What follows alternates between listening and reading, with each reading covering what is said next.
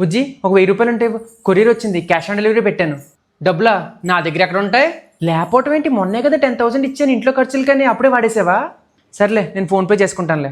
కన్నా ఎంకమంటి గారు ఉన్నారు కదా, రాత్రి బిచానా ఎత్తేసిందంట, మొత్తం ఊరోజులు వెళ్ళిపోయింది. ఏ ఊరు వెళ్ళి ఉంటారు? ఆవిడ దగ్గర చీటి పడి కడుతున్నాను కన్నా ప్రతి నెల నేను. ఈ దేవుడు కూడా నీ ముట్టేవాళ్ళకి వరాలు ఇస్తారు కన్నా, మొక్కే వాళ్ళకి ఎవడో. నువ్వు డబ్బులు ఇన్వెస్ట్ చేయాలనుకో నన్ను అడగచ్చు కదా బుజ్జి. యాక్సిస్ మ్యాక్స్ లైఫ్ వాళ్ళది కొత్త ఎన్ఎఫ్ ఒకటి వచ్చింది.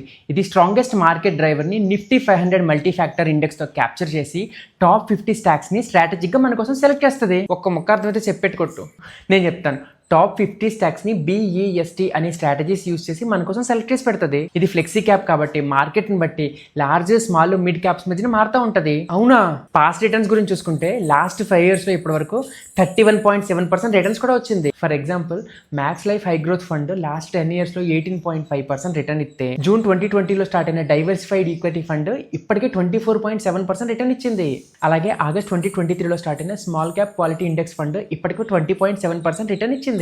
ఇన్వెస్ట్మెంట్ అంటే అంతో ఎంతో రిస్క్ ఉంటుంది బుజ్జి, కానీ వీళ్ళు కొన్ని స్ట్రాటజీస్ ఫాలో అవడం వల్ల లాస్ట్ 5 yearsలో 31% రిటర్న్స్ ఇవ్వడం వల్ల పెద్దగా భయపడక్కర్లేదు.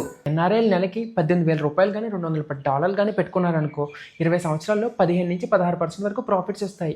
మే 31 తోటి ఎన్ఎఫ్ఓ క్లోజ్ అయిపోద్ది. తర్వాత 10 రూపీస్ ఎన్ఏవి దగ్గర ఇన్వెస్ట్ చేసే ఛాన్స్ని మిస్ అయిపోతాం.